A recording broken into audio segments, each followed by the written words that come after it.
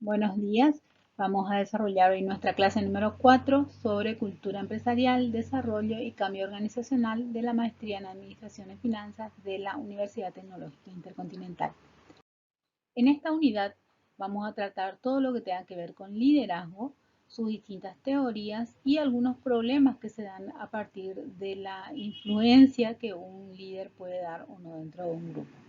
Primeramente, lo que haremos es repasar un poco el concepto de liderazgo y participación para poder entender que un líder es una persona que ejerce influencias en un grupo para poder alcanzar metas. Ese liderazgo o esa persona líder no necesariamente tiene que ser quien ejerce la jefatura o quien ejerce la autoridad en un grupo determinado, sino es más bien quien tiene ciertas características que hacen que las personas que estén trabajando con él puedan verse o sentirse guiados para poder alcanzar una determinada meta u objetivo que esa persona se plantee, ¿verdad? Dentro de lo que es el liderazgo, siempre podemos destacar una palabra clave, que es la visión de futuro que tiene esa persona en referencia a algún X objetivo o algún X contexto en el cual se está desarrollando. Y su característica principal es su capacidad de poder hacer que las personas que están trabajando con él puedan alinearse con esta visión y él pueda conseguir a través de un trabajo, ya sea de apoyo o de guía o de capacitación o de educación concreta de esas personas, poder ir salvando todos los resultados, todos los obstáculos que se dan en el contexto o en la relación interpersonal de ese grupo para poder alcanzar ese objetivo. Mucho se ha hablado, hay distintas teorías referentes a lo que son los líderes, a cómo podemos saber si una persona es o no un líder. Incluso ustedes se acordarán de la famosa frase de si uno nace líder o se hace líder, ¿verdad? Y más que nada yo creo que un líder es una persona que tiene la capacidad de tomar las riendas de un asunto en un momento determinado. Hay veces que la personalidad de alguien puede orientarlo a ser un poco más valiente o a tomar los problemas por las astas, como diríamos. Pero básicamente, más allá de las teorías que podamos aplicar o de las características que puede llegar a tener una persona, tenemos que entender que la facilidad que tenga ese individuo de poder comportarse en un contexto determinado eh, como eje, como guía para otro grupo, es lo que los caracteriza en general, independientemente de las teorías que veamos.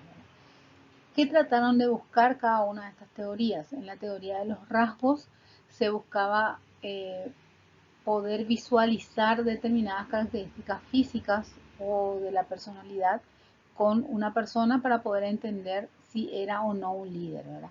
Se estudió a varios líderes conocidos de la historia como para poder ver si existía coincidencia en esos rasgos físicos o de la personalidad. El tema del comportamiento del líder está relacionado a cómo una persona puede dirigir un grupo con características distintas a otra que también ejerce cierta influencia en un grupo. Ustedes conocerán algunas personas que son autoritarias, por ejemplo, y de esa manera pueden dirigir un grupo, o al mismo tiempo hay personas que también pueden dirigir ese mismo grupo, pero con una actitud un poco más benévola o más abierta, más flexible, ¿verdad? Entonces se buscaba esta teoría del comportamiento del líder identificar cuáles eran los comportamientos que resultaban más válidos a la hora de formar o de guiar un grupo. En la teoría del modelo de contingencia lo que dice es que cada líder funciona o ejerce su liderazgo de manera distinta de acuerdo a las problemáticas que se le presentan. Tendría que ser una persona que se adecua al contexto y que adecua también su estilo de liderazgo a ese contexto. Y por otro lado tenemos varias teorías que trataban de caracterizar a la persona en sí para poder conocer o no en cuál categoría de liderazgo podía encontrar. Habíamos dicho que el liderazgo era la capacidad que teníamos de poder influenciar a un grupo. Esa influencia se da a partir de fuentes de poder y existen dos clasificaciones básicas de esas fuentes de poder. Una que tiene que ver con la autoridad o el ejercicio de la autoridad real y otra que tiene que ver con una autoridad moral que tiene el individuo. En lo que se refiere a autoridad real, tenemos la legítima, la autoridad o liderazgo que llamamos de recompensa y el de coacción. Y en el caso de los individuos tenemos el poder del conocimiento, o sea, el líder es líder por lo que sabe, o el poder de identificación, que está un poco más basado en lo que sería la personalidad. El poder de la fuerza legítima, como vemos acá, tiene tres motivos básicos. Uno de ellos es compartir valores. O sea, si nosotros formamos parte de la Iglesia Católica, nuestro líder, en este caso, sería el Papa, o los obispos, o los sacerdotes, dentro de lo que es la jerarquía que manejamos en la Iglesia. ¿Y cuál es el valor compartido que tenemos ahí? La creencia en las características que tiene la religión. Entonces, nuestro líder dentro de la cultura católica, digamos, comparte con nosotros los mismos valores y creemos que él ejerce de mejor manera esos valores que están dando dentro de la cultura de lo que nosotros pretendemos. El segundo motivo es la aceptación de la estructura social. O sea, ahí podríamos tener como ejemplo el presidente de la República está por encima de nosotros liderando el gobierno o liderando la política de un Estado y nosotros como individuos, como parte de la sociedad, aceptamos que esa estructura social que tiene una determinada jerarquía le otorga un poder a esa persona para ejercer su liderazgo. El tercer motivo sería la autoridad a partir de un agente legitimizado. Eso es la jefatura normal a la que nosotros estamos acostumbrados, es un agente legítimo, alguien nombrado, alguien que está jerarquizado por encima del trabajo que nosotros tenemos que hacer y que por ende nosotros vemos como guía dentro de esa meta que pretendemos cumplir. El segundo tipo de poder era el poder de recompensa. Y este liderazgo se basa en qué es lo que la persona que está como líder o que está como autoridad puede darme a partir de ese liderazgo, ¿verdad? O sea, yo que tengo que trabajar como parte del grupo, reacciono a aquellas cuestiones que el líder me promete que me va a dar como compensación. La más básica de esas compensaciones suele ser siempre la económica, pero el mismo reconocimiento del líder que establezca que una persona puede ser su segundo al mando o que es una persona capaz de poder dirigir sus grupos, eso es de alguna manera el ejercicio de ese poder de recompensa que puede otorgar el líder. El tercer tipo de poder legítimo es el de la coacción, que se basa en la percepción que tiene la persona de que puede recibir un castigo por parte del líder si es que no cumple con determinada meta, con determinada actividad que él imponga, ¿verdad? Siempre ese poder de coacción está relacionado con una falta de involucramiento, digamos, en lo que es la meta real. O sea, yo hago algo o persigo un objetivo determinado o cumplo con unas determinadas actividades, no porque realmente crea en esas actividades, ni porque el liderazgo de la persona que está encabezando eso me lleve a conseguir ello, sino más que nada lo cumplo para no tener un castigo, para no asumir la responsabilidad negativa de un castigo. El segundo grupo de las fuerzas de poder que habíamos citado era el que está más relacionado con las características del individuo. Y el primero que citamos fue el de la fuerza del experto. Eso se basa en la percepción que tienen las personas que forman parte del grupo de cuánto sabe el líder respecto a un tema determinado. Está relacionado con la experiencia, con el conocimiento, con cierta tutoría que puede tener el líder para ayudarnos a alcanzar un objetivo. Entonces lo respetamos o dejamos que nos guíe porque es la cabeza pensante en un determinado problema. La última fuente de poder que tiene que ver con el individuo está relacionada con la identificación, que es el hecho de cómo yo como parte del grupo veo al líder como alguien en el cual me reflejo, una persona a la cual quiero llegar a ser. Esa es la identificación. Le sigo a una persona porque de alguna manera sus características son características que yo quiero incorporar a mi propia personalidad. Cuando hablamos de liderazgo, no podemos solamente concentrarnos en las características que tiene una persona para poder liderar un grupo. Y cuando hablamos de características, hablamos más que nada en este caso de personalidad. Lo que tenemos que entender es que el liderazgo en sí surge a partir de una problemática determinada en un contexto determinado. El liderazgo lo que hace es guiar a un grupo de personas. Y por lo tanto necesitamos que para que surja ese liderazgo exista una cierta autonomía en un grupo que permita que las personas más capaces para poder enfrentarse a ese contexto sean las que den un paso adelante en un momento determinado y sean capaces de guiar. Voy a dar un ejemplo que estamos viviendo ahora con el tema este del COVID. Nosotros tenemos un presidente de la República que se rodea de una cartera de ministros. Hay ministros que siempre tienen más o menos renombre, digamos que se los conoce más como personas, y hay ciertas carteras que siempre los mismos periodistas están detrás para ver quiénes van a ser las personas que lideren esos ministerios. Uno de ellos suele ser el Ministerio de Economía y otro por lo general suele ser siempre el Ministerio de Educación. Ahora bien, si yo les preguntara a ustedes en este momento cuál es el ministro que consideran más importante o de más renombre o que realmente tomó la posta en toda esta problemática del COVID, sin duda me van a decir que fue Julio Mazzoleni. Y el tema es, ¿se lo conocía a él dentro del ámbito? ¿La sociedad tenía idea de cuáles eran las actividades que hacía Mazzoleni antes de esto o no?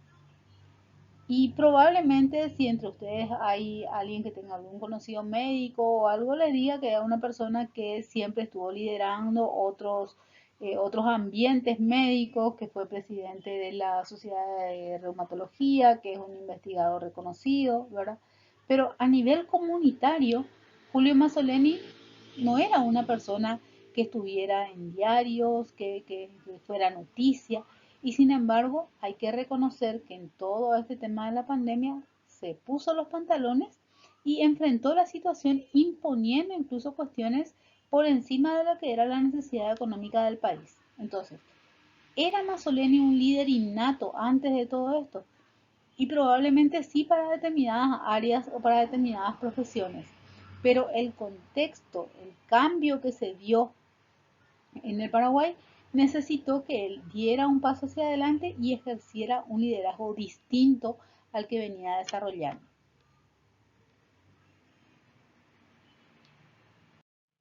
Vamos a entrar ahora en un tema controversial. Decimos que el grupo es un ser vivo. ¿Por qué? Porque ni las personas que interactúan dentro de un grupo, ni el contexto en el cual se está dando eso, se mantiene siempre constante. Hoy tenemos una problemática, mañana podemos tener una problemática totalmente distinta. Hoy tenemos algunas personas, mañana podemos tener más o menos personas, mejores o peores actitudes dentro del grupo y el líder en sí lo que tiene que hacer es buscar la forma de adaptarse a esos cambios y sobrellevarlos de la mejor manera posible. ¿Por qué había dicho que estamos por entrar en un tema controversial? Porque muchas veces cuando se habla de liderazgo se toma desde el punto de vista de que el grupo en sí sigue a una persona que la guía. Y si bien el liderazgo es de alguna manera eso, o es llevar como una especie de guía o de tutoría, como decía en esta misma clase, la idea es que consigamos como líderes que las personas puedan interactuar entre sí de forma más independiente que la de seguir siempre a una misma persona. Un buen líder consigue que un equipo sea efectivo y sea eficiente a partir de la actuación que cada uno de ellos, incorporando todas las capacidades que tiene, pueda hacer que el grupo completo llegue a una meta sin que el líder en sí sea el que los esté estirando, ¿verdad? Entonces nosotros hablamos de que el rol del liderazgo pasa por trazar un camino y sería una relación parecida a la que tiene un padre con un hijo adulto, en la que le puede dar consejos, en la que les puede hablar de su experiencia, en la que puede aportar sus conocimientos para poder ir consiguiendo mejores metas, pero que básicamente el resultado del grupo es del grupo, no es solamente del líder. El líder es la persona que está un paso más adelante, a lo mejor con otra visión o con otras características personales que hacen que el grupo funcione de determinada manera, pero los resultados no son del líder, los resultados son del grupo, son del equipo. Y eso es lo que el líder tiene que conseguir que sus subalternos o que las personas que trabajan dentro del equipo en sí sean y conozcan realmente.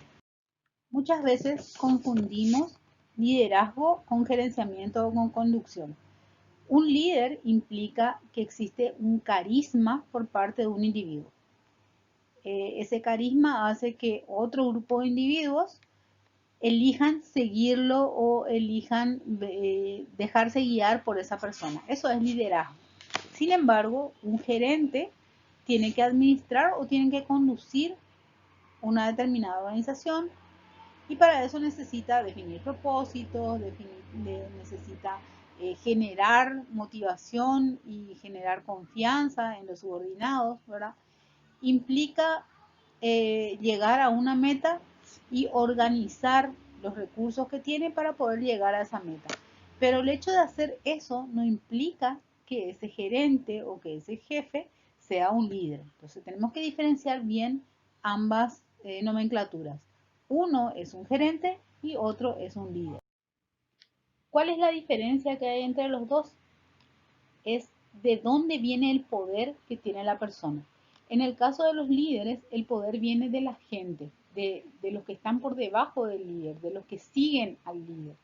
Y en el caso del gerente, el poder viene como un poder dado por la autoridad del ejercicio del cargo. Entonces, en una empresa tenemos gerentes que pueden ser líderes, lo óptimo es que sea de esta manera, pero no tenemos que confundir ese marketing que se hace tratando de llamar gerentes a todos los que son administradores o conductores de algo. ¿Por qué digo que no tenemos que hacer esto? Porque eso puede causar conflictos también. O sea, yo tengo como jefatura o tengo una gerencia a la cual tengo que rendir cuentas que me pide un determinado conjunto de actividades orientadas a una meta X. Yo como empleado cumplo con esas metas, pero no me identifico con la persona que está a cargo del departamento. Entonces no lo veo como líder y el hecho de nombrarlo como tal puede también significar que haya cierta animaversión con esa persona o que el clima laboral no se tome como una cuestión positiva, porque yo en realidad no tengo ninguna, o esa persona en realidad no tiene ninguna influencia sobre mí para que yo lo llame como líder. Yo no soy un seguidor de esa persona. Entonces, una jefatura puede ser muy querida, puede ser muy respetada, ¿verdad? Pero eso no implica que tenga cualidades de liderazgo, cualidades de líder. Podemos simplificar un poco eso que acabo de decir con este esquema. Los gerentes eh, pueden no ser líderes y los líderes pueden no ser gerentes. A lo que tenemos que llegar tratando de que o apoyando eso con la misma cultura organizacional que nosotros tengamos, es que aquellas personas que dirigen un equipo sean capaces de aprender a influir en esas personas para que el llegar a la meta no sea solamente una cuestión de cumplir con objetivos predeterminados, sino que sea una cuestión que los individuos dentro del grupo asuman como algo que ellos pretenden alcanzar. A la par de eso, el hecho de tener un gerente que sea líder hace que todas las personas que están dejándose guiar por ese liderazgo también traten de aplicar o de llegar a cumplir con ciertas características que esa persona tiene y eso consigue un mejoramiento en general de lo que es la organización. En esta diapositiva tenemos un resumen de lo que son las principales teorías y escuelas de liderazgo. Voy a citarles y a explicarles un poco cuál es el contenido de cada una de ellas. Linker, que es uno de los autores más conocidos dentro de la teoría, que tiene la mayor cantidad de test que se aplican para poder medir el estilo de liderazgo y demás, lo que hace es clasificar la forma en la que la persona ejerce su liderazgo, ¿verdad? Está el liderazgo coactivo, el autoritario, el benevolente, el consultivo y participativo. Ninguno es mejor que el otro. Siempre uno puede decir que en realidad depende mucho de las personas con las cuales uno está tratando, del grado de madurez de la organización, de la propia personalidad, tanto del líder como de los otros miembros del grupo, ¿verdad? Pero esta teoría clasifica o estandariza, digamos, los tipos de liderazgo dependiendo de cómo se ejercen. La segunda escuela, que es la de la Universidad de Ohio, tiene una diferenciación un poco más relacionada al objeto, ¿verdad? Tiene dos clasificaciones. Uno es un liderazgo considerado o orientado a lo que serían las personas, a motivar a las personas, y el otro es un liderazgo orientado hacia la funcionalidad que tiene cada una de esas personas. Entonces, está el líder que primero entiende de qué manera trabaja una determinada persona, que ve la personalidad que tiene, cómo es su forma de interactuar, a qué responde mejor, cuáles son las formas en las cuales se les puede motivar o se les puede castigar. O sea, estudia básicamente para ejercer su liderazgo, estudia cómo funciona la persona. Y en otro aspecto o otra tendencia, digamos, otro estilo de liderazgo es aquel que se estructura más bien a partir de qué es lo que se pretende conseguir y entonces organiza el trabajo para poder alcanzar ese resultado independientemente de las personas que forman parte del grupo. La tercera teoría, que es la de Blake y Walton, establece una matriz gerencial con 5 estilos básicos. Es muy parecido a la escala de Likert, ¿verdad? También clasifica de acuerdo a la forma en la cual los gerentes o los líderes, perdón, van dirigiendo o organizando su trabajo o dirigiendo o organizando el equipo de trabajo. La cuarta teoría es la del liderazgo administrativo y ahí el centro de todo es si alcanzamos o no alcanzamos el objetivo. O sea, es un liderazgo que se enfoca netamente en los resultados y habla de liderazgos en los cuales se va tratando de formar al grupo para alcanzar un objetivo, pero siempre trabajando sobre la medición de resultados. La siguiente escuela eh, es una teoría que nos habla de cómo se da el comportamiento del líder en base al contexto y nos habla de que puede haber un liderazgo democrático en el caso de que el grupo pueda llegar a consensos, que sea factible establecer discusiones, que sea colaborativo, ¿verdad? Y que en el caso de que el grupo sea distinto y que se requiera una mayor cantidad de órdenes para poder llegar a resultados, entonces que lo que hay que ejercer es un liderazgo más autoritario y establece distintas escalas entre uno y otro. La siguiente escuela habla de las relaciones que tiene el líder con los miembros y con el ejercicio del poder, qué tipo de poder es el que ejerce con ese miembro y cómo eso de alguna manera causa reacciones en la interrelación que existe entre los miembros del grupo como tal y de estos con el líder. La siguiente teoría, que es la de Winchell, establece también etapas dentro de lo que es el liderazgo. Uno en el que marca una meta o una ruta, una segunda etapa donde va guiando todo el trabajo del grupo, una tercera etapa donde debe conseguir que eso que el grupo ya aprendió a partir de las directivas que se dieron, él esté supervisando o esté dando funciones de apoyo.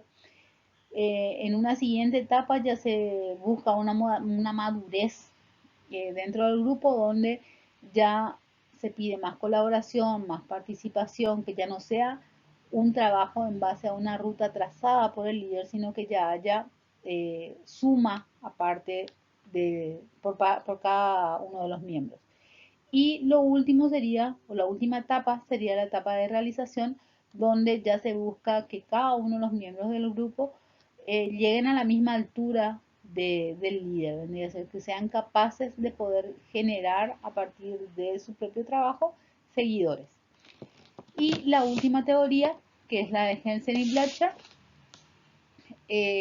habla de cómo un líder tiene que conseguir esa influencia o cómo tiene que influenciar en realidad en cada uno de los demás miembros del grupo, dirigiéndolos, pero más que nada esta teoría se centra en la persuasión, en el hecho de que el líder sea capaz de delegar sus funciones y a partir de esa delegación conseguir la participación de todos los miembros del grupo. Tenemos que entender que una organización tiene distintas etapas. Una primera etapa es la de creación y en esa etapa el líder tiene que actuar como un animador, tiene que tener la suficiente fuerza y el suficiente carisma como para poder hacer prender sus ideas de lo que pretende de la organización y al mismo tiempo influir en sus seguidores como para poder darle fuerza a esas ideas. En una segunda etapa, el líder tiene que ayudar en la construcción de la cultura organizacional. ¿Qué significa esto?